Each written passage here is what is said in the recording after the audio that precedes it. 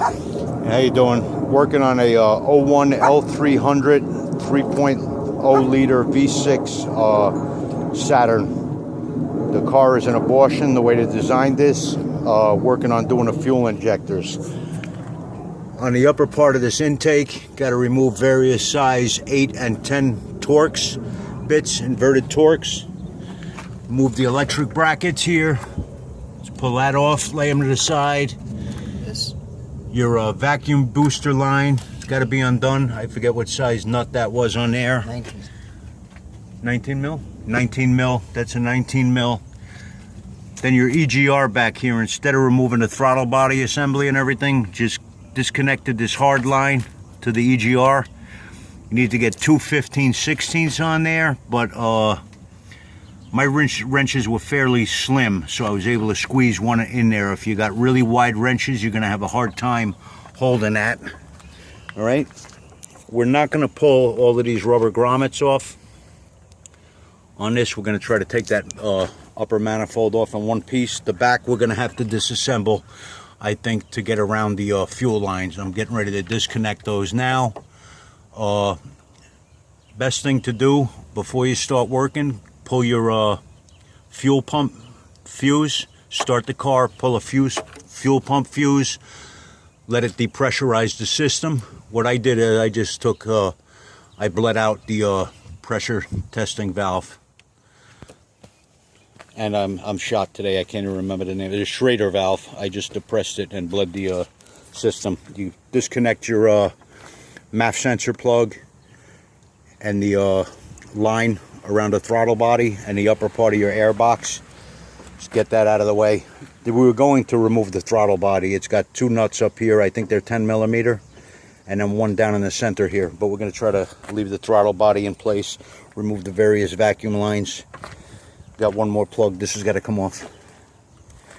All right, I'm not going to babble you to death and show you every nut and bolt coming off of this. We'll get back to it when I get the upper intake plenum or manifold off.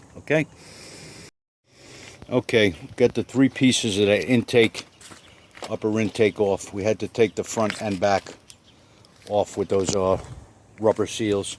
Stick a screwdriver in there and just pop those clamps to like two little hands that grab each other. Then the center piece will come out. Got to remove a couple of more electric connectors and vacuum lines and whatnot. Now we're getting down to the fuel rails and the harness for the injectors. I believe these, you got to pry these two little clips off and then get those plugs out. I'm taking my time and being very gentle. These things get fragile and brittle with the heat and time.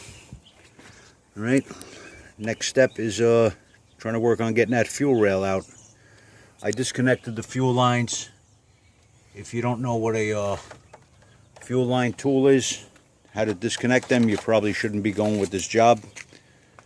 Let me show you one of them. This one right here. There's a 3/8 line. Just put that on, goes into the line, and depresses the little fingers that hold the fuel line on. All right, I'm gonna try to get that fuel rail off now. Okay, I just disconnected all the fuel injector plugs. These come in a wide variety of designs, and sometimes you can't find any info on how to undo these. I couldn't find anything with these, but hold this camera for me, please, on here. Hold it where you can see what I'm doing. Take a curved needle nose, get on each side of these metal clips, and push in. You got to depress them from the side. Gently, be careful with them. Just depress them, and then they pop off, all right? There's one on each side of those metal rings. I got it. Now I got to remove these three, I think they're 10s, to take the fuel rail off. Or are they 8s? They're 10s, right? I'll tell you right now, that's a 10. Yeah, the E10 Torx. Got to remove those three. They're not E10s. When you're doing this, be careful not to get debris or anything in the engine. Those clips on the fuel injectors sometimes go flying, and you don't want to lose the O-rings down in the intake manifold. Okay, again, I can't stress too much, be gentle with those injector plugs. You start breaking them, you're going to have a world of problems. All right. Okay, we've got the fuel rail out.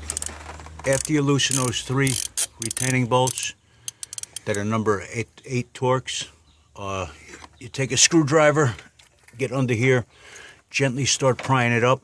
Be careful not to mar up the threading of the hole for the mounts. And you just got to work that loose. Some of the injectors might get stuck in there. 5 out of 6 of the injectors, the rings got stuck in the fuel rail. If you can see the ring right there.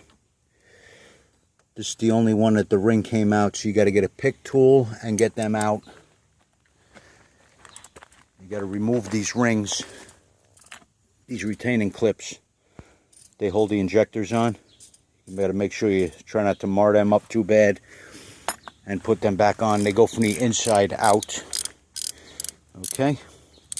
Be careful not to get debris from inside that orifice into the engine. We're going to clean that out with either Q-tips or a small piece of paper towel so it doesn't get down into the intake ports on a manifold.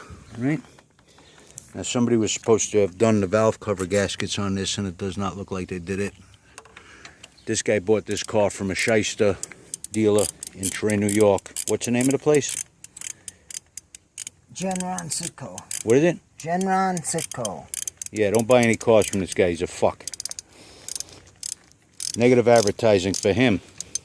This is the second time he bought a car that had issues. He gave him a shot and thought he might have just got a little screwed up himself with the first car, but this is the second time, same garbage. Somebody mangled third car.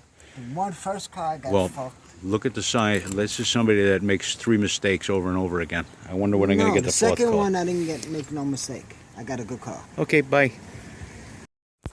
Okay, since we broke this engine down this far, we replaced the coil packs because of an issue with one of the cylinders being flooded and arcing over, so the boot was damaged. So I figured while this is down to this level, replace both the front and rear coil pack on here. All right, you got to make sure the front goes to the front, the back to the back. They're different part numbers because they're angled at a different angle. All right, they won't fit in right otherwise. I myself like to use silicone-based grease as it won't eat up the O-rings, and I clean these up, all the orifices for the fuel injectors, and lightly greased them with silicone grease as I did the O-rings on the injectors. Now, you got to make sure the injectors go on right. You got a tab here and a tab here that have to line up. And then on a retainer clip, one of the tabs goes in there, and then the tab goes in the back. And there's a little slot on the injector. You can't sink them in too far or it won't grab. You see how it's going inside of that injector a little bit? You have to make sure both of those tabs line up for the injectors to lock up right. All right? So you reinstall all the injectors on the fuel rail. Then, with a little finesse, you got to work them back in so you don't damage these O-rings. You got double O-rings here. You can tear them if you try animaling that back in. You got to do it nice and gently and evenly. Okay? Now I'm going to get back to putting the fuel rail back on and then start reassembling the engine. I hope this video helps you some. Okay, the fuel rails were put back in. I'm sorry I didn't film everything for you guys, but it's pretty self-explanatory. Just take your time. Now the center plenum goes on. Putting the EGR tube back on, that's got to go on. Then start snugging all of this down, putting what lines on that can be put on. Snapped all of these on one side. Those again with those bent needle nose pliers, just get on one side and you got to kind of snap them. If you try going slow, you're not going to get them. You got to do them kind of in a jerk motion to get them to reclamp. All right, now it's just a matter of wrapping it up and putting everything back together. Have fun. You can do it. With determination and a little piss and vinegar, all things are possible. Have a good day, guys. Thanks for watching. Please subscribe. And anybody ever got any questions, feel free to write limitlessprp@gmail.com. That's limitlessprp@gmail.com. Have a good day, guys. Bye-bye.